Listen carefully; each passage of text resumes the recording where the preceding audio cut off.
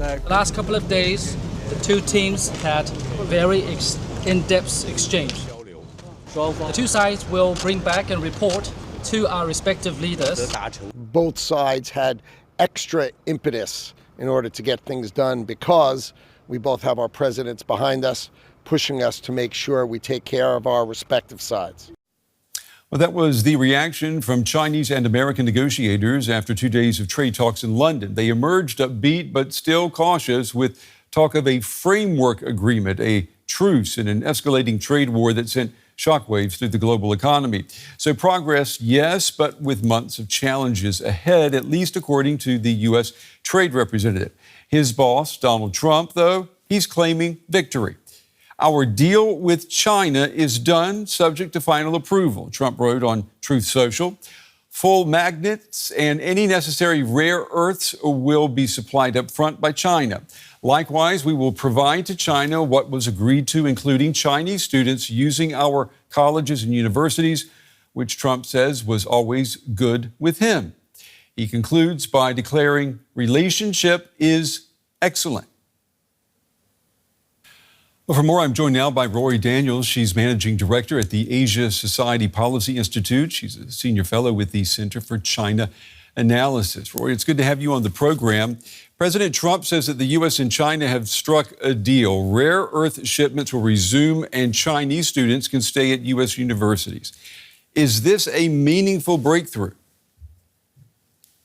It's difficult at this point to call it a breakthrough. What we have of the announcement is a Truth Social post by President Trump noting that President Xi also still needs to agree to the deals. So I think it's less of a breakthrough and more of a sign of the two sides wanting to stabilize the trade negotiation talks.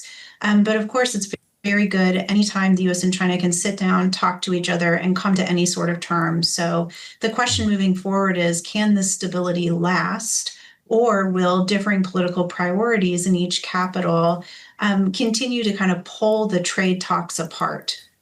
What does this deal mean in diplomatic terms? I mean, how much substance is there behind the optics here?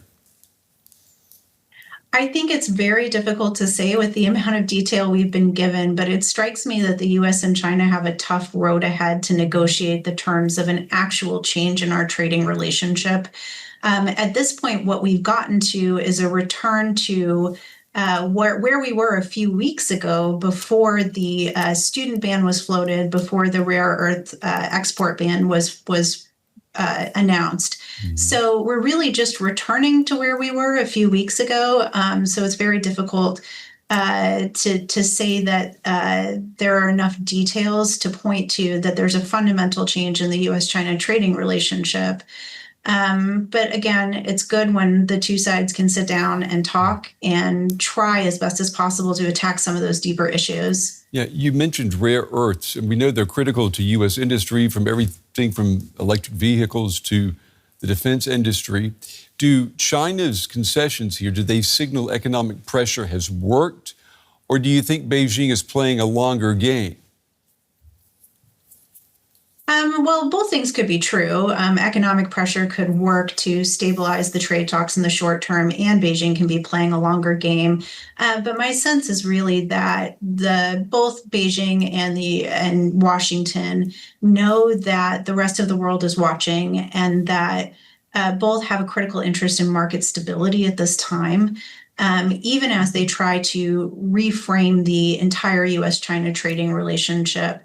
So my sense is that it's less that economic pressure worked and more that the long-term political trajectory of these trade talks with tit-for-tat moves on both sides to create more economic restrictions was not sustainable. Mm-hmm. So this represents a return to a basic agreement for the China and the U.S. to sit down and talk about the tougher issues.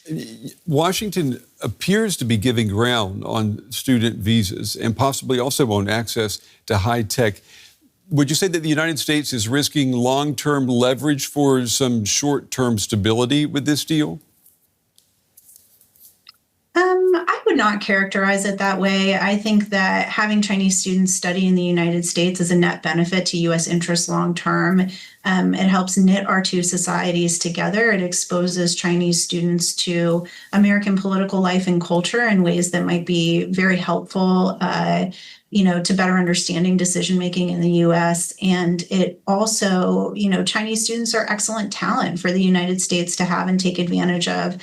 So I think in the long term, that probably was not an appropriate piece of leverage. When you have leverage over a country in any negotiation, you want to be able to exercise that leverage and carry through on the threat of it without harming your own national interests. And I still believe the U.S.'s core national interests are in a free and open society that's welcoming of all people.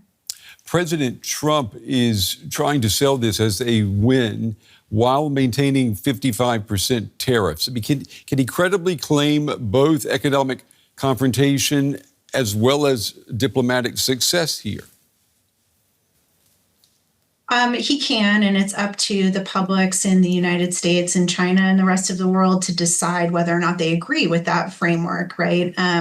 So I think that it may be a short-term diplomatic win in terms of stabilizing the U.S.-China relationship. But again, tariffs at 55%, if that becomes the new normal, is incredibly difficult to manage in the globalized and interconnected trading system in which we live. So it's certainly not an ending point, I think, that anyone would be comfortable with. But in the short term, it is better, again, than having the kind of escalatory dynamic that we were seeing over the last few weeks. How do you think this affects the broader picture here, especially as China also engages with the European Union, with Canada and other countries? I mean, is Beijing seeking balance here, or is it seeking leverage, or both? I think that Beijing typically looks towards leverage to promote its own domestic political economy and international priorities. But in terms of the triangulation between U.S.-China dynamics and the rest of the world, I think the entire world is watching. The U.S. has launched a massive trade movement and restrictions against not just China, but 203 countries. And so far, many of those negotiations have not been really, the details of them have not been made public. So I think all around the world, people are watching this set of negotiations, one, to determine what really are U.S. priorities in each of these trading relationships. And two, how does the style that the U.S. is using with regard to China or others, how will that reverberate out to other negotiations? And I think China is watching the same in terms of U.S. negotiations with other trading partners. Yeah, let me ask you to wrap things up here. At the end of the day, I mean, does it change anything fundamental about the trajectory of U.S.-China relations?